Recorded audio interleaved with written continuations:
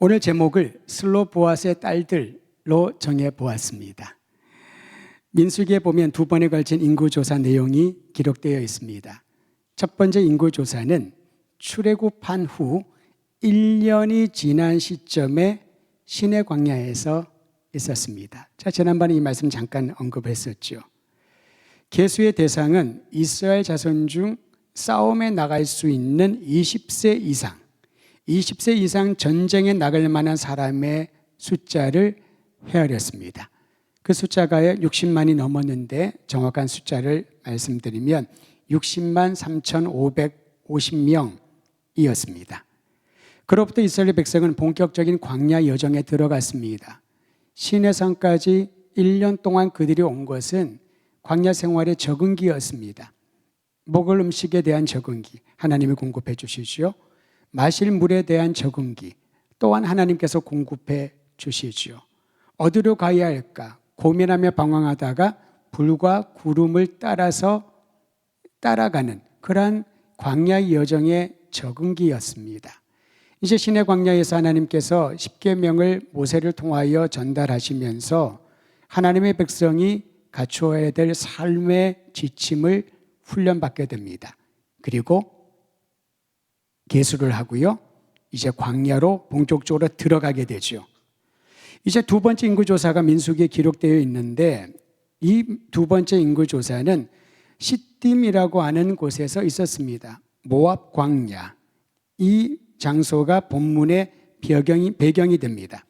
그때도 동일하게 전쟁에 나갈 만한 20세 이상의 남자들만 계수를 했는데 수는 첫 번째보다 조금 줄어서 60만 1,730명, 1,820명이 줄었습니다. 그래도 어느 정도의 숫자는 큰 변동이 없는 그런 수였었지요.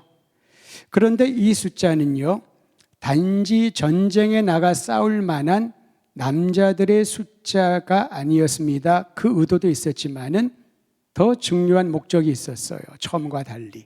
이제 가나안 땅에 들어가서 그 땅을 지파별로 분배할 때에 어떻게 분배할 것인가를 알려주는 중요한 자료가 되었던 것이죠. 하나님은 이처럼 세밀하십니다. 그저 대충 너희 마음 드는 땅 차지해라. 원하는 데 깃발을 꽂고 거기에서 알아서 다 거주해라. 그렇게 명하지 않으셨다는 거죠. 그들의 숫자를 일일이 다 계수하면서 그 계수한 목적이 가나안 땅에 들어가면 땅을 기업으로 받을 것인데 어느 누구도 이 과정에 불평이나 원망이나 마음의 상처를 입지 않도록 하나님께서 친히 세밀하게 지시를 해 주셨다라는 것이지요. 땅의 기업을 분배하는 기준은 공정하게 진행되었습니다. 오늘 읽은 말씀 바로 그 전장에 보면 54절과 55절, 56절, 54절부터 56절까지 가나안에 들어가면 어떻게 땅을 분배할 것인가 원칙을 가르쳐주고 있습니다. 요약을 하면 세 가지입니다. 첫째는 지파에 속한 사람 수에 따라 공평하게 나누어라. 어떤 지파는 수가 많고요. 어느 지파는 수가 상대적으로 적을 수가 있죠. 그 사람 숫자에 따라서 땅의 양도, 분량도 공평하게 나누어라. 하나님의 뜻입니다. 두 번째는 나눌 때에 반드시 제비를 뽑아서 나누어라. 추첨을 해서 나누어라 라는 거죠. 요즘은 이 제비를 뽑는다는 것을 하지는 않습니다만은 성경 시대에 제비를 뽑는다는 것은 어떤 의미가 있냐면요. 하나님의 주권적인 뜻에 맡긴다. 그런 뜻이 있습니다. 신약에 가룟 유다를 대신하여 사도 한 사람을 뽑을 때도 그렇지 않습니까? 요셉이란 사람과 마띠아가 청거되었는데 투표하지 않았습니다. 가능 우리는 직분자를 선출을 할 때에 그런 얘기를 우리 교회는 제가 잘 못 들었는데요. 그런 얘기를 간혹 다른 곳에 듣습니다. 내가 얼마나 많은 표를 얻었나? 얼마나 많은 사람들이 나를 좋다고 지지했는가? 한편으로는 본인에게 격려가 될 겁니다.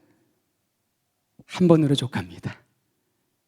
그것이 반복되어서 나의 자랑거리, 나의 어떠한 자신의 영적인 상태를 대변하는 자료가 된다면은 영적으로 꼬꾸라질 위험이 참 많이 있습니다. 그건 그리 중요하지 않으니까요. 성경에서 제비를 뽑는다. 왜 제비를 뽑았을까요? 투표를 하지 않고 하나님의 주권에 맡기는 거지요. 주님의 뜻에 합당한 자를, 이 남은 한 자리 사도의 자리를 채우게 하소서. 가룟 유다는 자신의 길을 갔나이다. 그리고 기도하고 뽑았다라고 말합니다. 그런데 이것은 사도의 시대, 사도 시대만이 아니라 구약에 보면은 그런 일들이 종종 나옵니다. 초대왕이었던 사울을 뽑을 때도 그랬고요. 오늘 그 이전의 민수기에도 보면 땅을 분배할 때도 각 지파별로 제비를 뽑았다는 거죠. 기본적인 것은 숫자에 따라서 공평하게 분배한다. 두 번째, 최종적인 결정은 반드시 하나님의 주권에 맡기고 주님의 뜻에 따라서 분배를 한다. 세 번째는요, 분배된 그 유업은 각 지파 안에서 유지되어야 된다는 겁니다. 다른 데 팔거나 서로 공유하거나 주고받고 할 수 없다라는 거지요. 왜 그랬을까요? 이 규정을 통하여 각 지파 사람들이 다른 이들의 것을 탐내지 않도록, 분배하다 보면 어떤 이들은요, 거기 초생달처럼 반달 지역이 있거든요. 거기 농사를 지을 수가 있습니다. 모든 땅에 농사를 지을 수 있는 게 아닙니다. 아래쪽에는 유대 광야가 있고요. 위쪽에도 황량한 광야와 같은 곳이 많아서 거기에는 농작물을 짓기가, 수확하기가 어렵습니다. 그러면 어떤 이들은요, 요단강 서편에 또 분배를 받은 지파들이 있고, 요단강 건너기 전에 두 지파 반이 분배를 받거든요. 불평하지 않을까요? 왜 우리는 요단강 건너서 땅을 받고 싶은데 그렇지 않고 건너기 전에, 예를 들면 강남, 강북, 오른쪽, 왼쪽 자기가 선호하는 지역이 있지 않았겠습니까? 이 부분에 대해서 하나님이 공평하게 나누어 줄 것이고, 그 역시 하나님의 주권 아래 맡기면 주님께서 결정해 주실 것이고, 결정된 그 지역 안에서는 다른 것과 통합하거나 나누거나 빼앗지 않도록 인간의 탐심을 처음부터 제거하고 조정하기 위하여 이 세 가지 원칙을 주셨던 것이지요. 하나님은 12지파가 골고루 땅을 차지하고 조화롭게 살기를 원하셨습니다. 어떤 특정 지파가 편법으로 많은 것을 소유하는 분위기를 허용하지 않았습니다. 이 과정에서 오늘 본문에 한 가정이 등장을 합니다. 그 가정은 므낫세 지파에 속했다고 합니다. 이름은 슬로보앗이란 사람의 가정이었습니다. 근데 그에게는 아들이 하나도 없었고 딸 5을 낳고 난 이후에 광야에서 죽었다, 이렇게 시작을 하고 있습니다. 실제로 그 당시에는 아버지의 유업을 받을 수 있는 자식은 딸이 아니라 아들이었었습니다. 시대가 다 달랐었죠. 아들이 없어서 딸들만 있으니 슬로보앗에게 분배된 유업을 이어갈 사람이 없는 것이죠. 그러면 규정은 정해져 있고 이 규정 안에서 모든 것이 진행돼야 되는데 슬로보앗의 유업에 대하여 어떻게 할까? 고민거리가 되었을 것입니다. 이때 딸들이 모세에게 나아가 본인들의 마음을 표현합니다. 본인들의 뜻을 표현을 합니다. 무엇보다도 아버지 슬로보앗이 하나님을 거역한 무리와 뜻을 같이 하지 않았다라고 얘기를 합니다. 여러분, 광야에서 고라 자손과 다단과 아비람 무리들이 이스라엘의 지도자 250명을 다 단합을 시켜가지고 모세에게 대항을 하죠.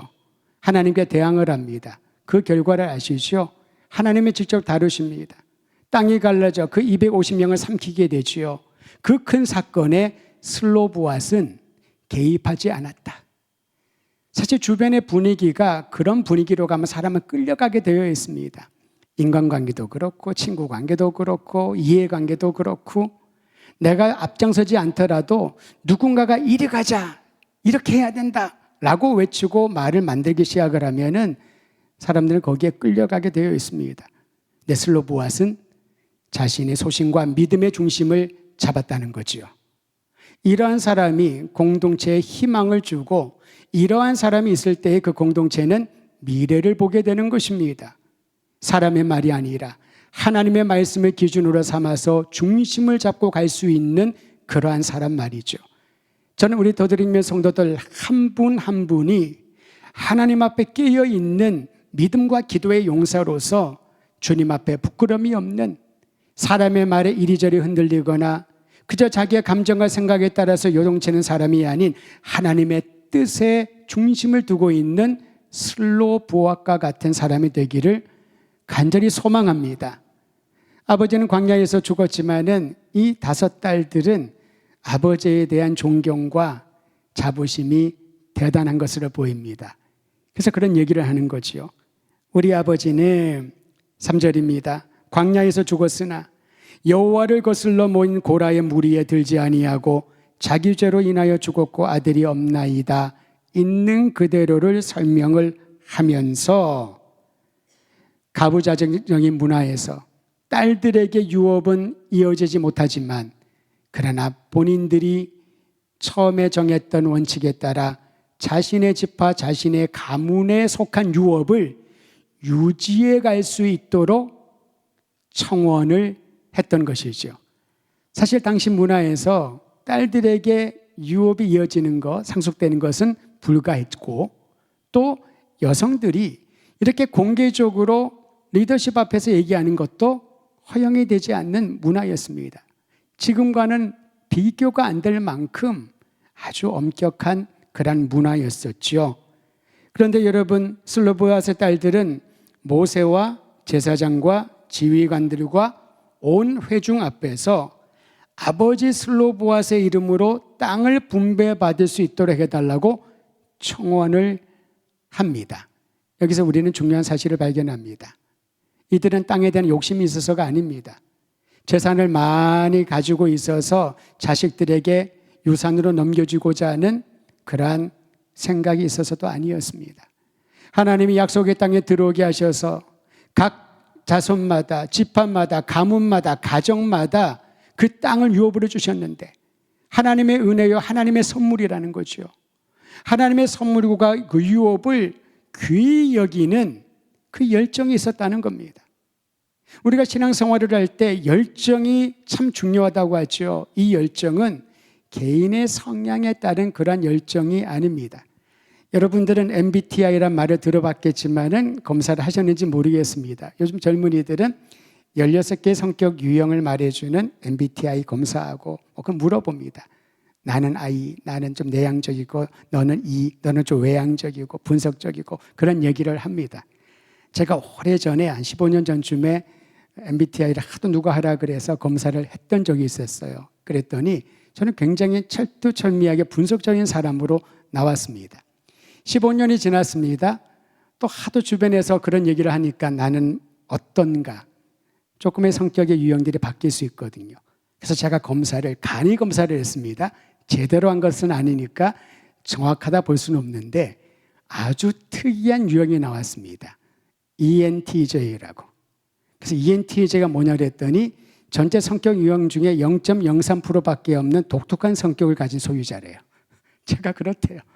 물론 간이었으니까 정확하다고 볼 수 없습니다만은 궁금하잖아요. ENTJ는 어떤 유형인가 했더니 통솔형이래요. 좋아 보이잖아요. 이 통솔력의 다른 면으로 말하면은 자기의 뜻과 부합되지 않으면은 같이 못 가는 거죠. 밀어붙이는 그런 성향입니다. 저를 봤더니 나는 그런 성향은 아닌데 어쨌든 간략한 검사에서 사람마다 각기 다른 성격의 유형이 있구나. 근데 슬로보아스의 이 딸들은요, 어떤 야망을 가지고 여장부 같은 그런 기질을 가지고 외향적이고 통솔을 하는 그 능력, 그런 성격을 가져서 이렇게 문화에 대항하여 당당하게 외쳤던 것이 아니죠. 그들에게는 열정이 있었습니다. 하나님이 주신 기업에 대한 간절한 열망이 있었던 것이지요. 그리고 이 열망을 표현할 때 무리하게 하지 않았습니다. 함부로 하지 않았습니다. 모세를 통하여 지휘관들과 리더들과 온 회중들과 제사장 앞에서 자신들의 의견을 피력하고 기다렸던 것이지요. 그러자 모세는 이 사안을 무시하지 않고 하나님께 여쭙습니다. 신실하신 하나님께서는 이 사안을 배척하지 않고 답을 주셨던 것이지요. 그 청원에 대한 답변이 민수기 27장 7절에서 11절에 기록되어 있습니다. 긴 구절이니 요약을 하면 세 가지입니다. 첫째는 아들이 없는 가정의 기업은 딸들에게 주라. 딸들에게 주라. 오늘날 우리 시대, 우리 사회에도 변화가 있지 않았습니까? 성경에는 그 오래전에 예수님이 오시기 이전에 출애굽 그 시대, 광야 시대에 이미 아들이 없는 집에는 유업을 딸들에게 주어라 라고 결정해 주신 거죠. 하나님은 시대를 앞서가십니다. 한편으로는 남자와 여자를 구별하지 않고 타당하고 합리적인 내용들을 주님께서는 지정해 주시고 적용해 주신다는 거죠. 두 번째, 딸도 없으면 아버지의 형제에게 유업을 주어라. 그래서 그 유업이 다른 지파로 넘겨가지 않도록 하라는 거죠.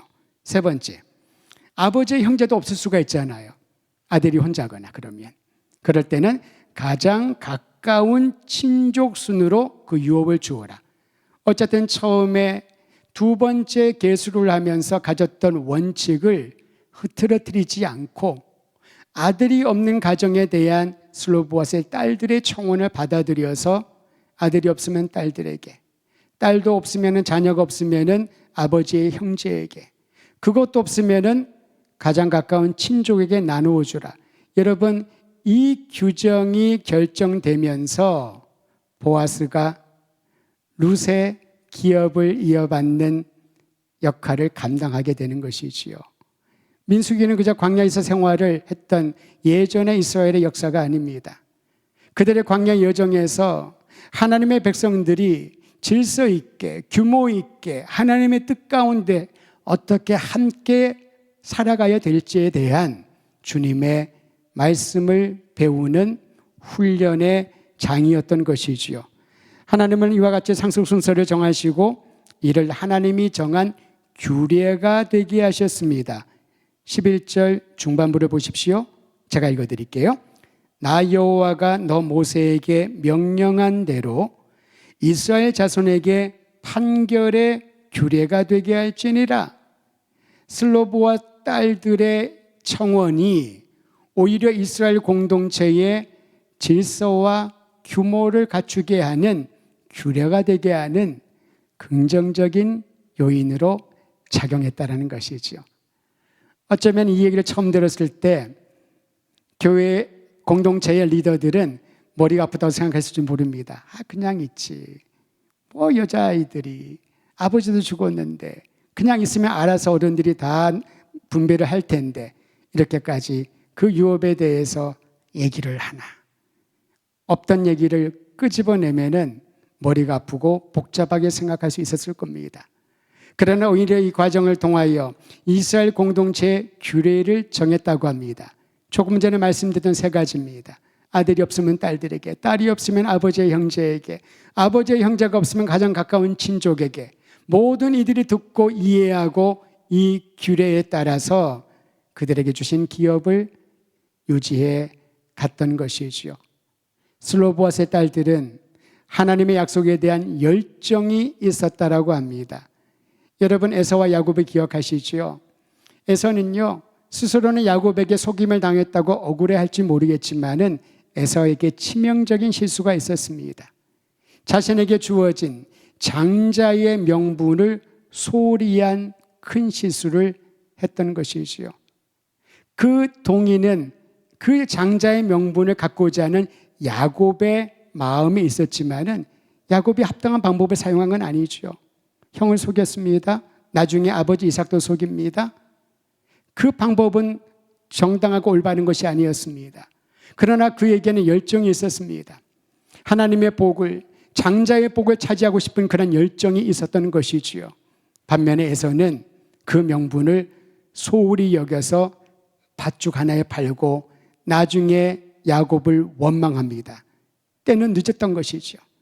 반면에 슬로보아스의 딸들은 그러한 원망을 하지 않았습니다. 본인들에게 아버지를 통하여 와야 될 유업을 믿음으로 모세를 통하여 하나님의 뜻을 여쭈었고, 하나님의 뜻을 알게 된 이후에 그 뜻이 자기 가정뿐만 아니라 온 이스라엘 공동체에 적용될 수 있는 아름다운 역할을 했던 것을 보게 됩니다. 우리는 본문을 통하여 두 가지 교훈을 배웁니다. 먼저는 하나님의 창조 질서에 의하면 남자나 여자나 동등한 권리를 받았다라는 놀라운 영적인 축복입니다. 창세기 1장 27절 28절 기억하실 것으로 생각하고 제가 읽어드립니다. 하나님이 자기 형상 곧 하나님의 형상대로 사람을 창조하시되 남자와 여자를 창조하시고 하나님이 그들에게 복을 주시며 하나님이 그들에게 이르시되 생육하고 번성하여 땅에 충만하라 땅을 정복하라 바다의 물고기와 하늘의 새와 땅에 움직이는 모든 생물을 다스리라 하시니라. 아멘. 여기에 여러분 우리가 놓치고 읽었던 강조해야 될 구절이 있습니다. 하나님의 형상대로 사람을 창조하셨는데요, 남자와 여자를 창조하셨습니다.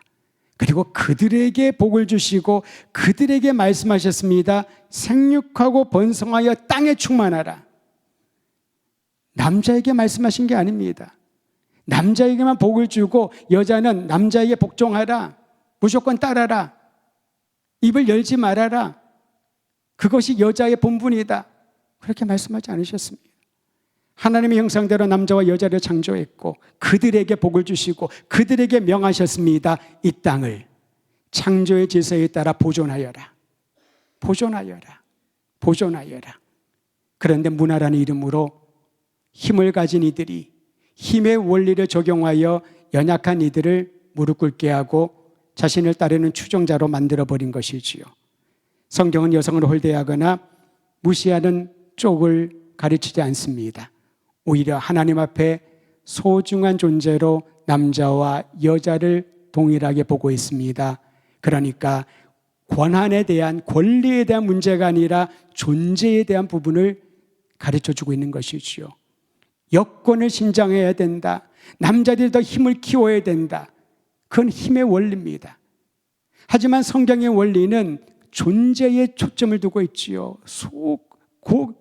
고귀하고 하나님 보시기에 가장 아름다운 존재라는 것을, 그가 저이고 그가 여러분이고 그가 우리 옆에 앉아있는 형제와 자매들인 줄을 알고 한 사람 한 사람 모든 생명을 귀히 여기는 주님의 놀라운 마음을 본문을 통하여 배우기를 바랍니다. 다음으로 우리가 배우는 교훈은요, 슬로보아 딸들의 용기와 하나님의 언약에 대한 믿음을 본받아야 합니다. 그들의 주장은 다만 여성의 권리를 주장하는 저항운동, 인권운동이 아니었습니다.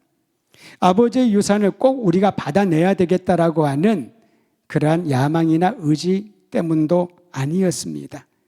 차별 없이 모두에게 주시는 하나님의 은혜, 그 은혜를 영원토록 품고 그 은혜를 따라 살아가고자 하는 하나님에 대한 열망, 믿음이 그들에게 있었기 때문에. 믿음은 태도라고 하는 얘기를 들은 적이 있습니다. 여러분, 사람 관계에서도 태도가 중요하다고 하지 않습니까?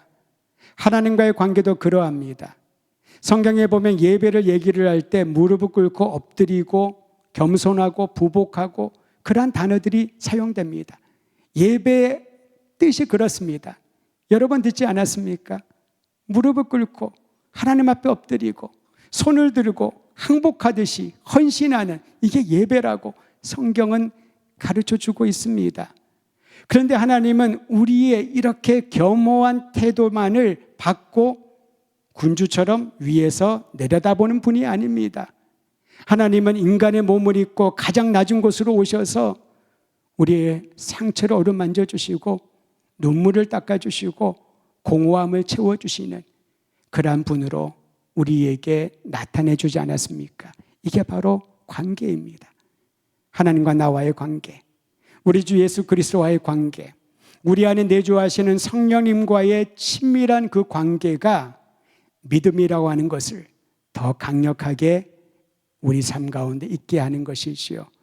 오늘 슬로보아스의 딸들의 용기와 믿음을 다시 한번 기억하면서 하나님이 주신 유업을 귀히 여기고 우리와 함께하는 귀한 공동체 한 사람 한 사람의 존재를 소중하게 여기면서 주님이 맡겨주신 아름다운 사명, 생육하여라, 번성하여라, 땅에 충만하여라, 가서 복음을 전하라, 그리스도의 제자를 삼으라, 잃어버린 영혼을 구하라, 이 땅을 치유하여라, 이 땅에 하나님의 나라가 선포됨을 증거하여라 라는 주님의 명령을 수행하는 아름다운 교회, 더드림 공동체가 되기를 간절히 소망합니다.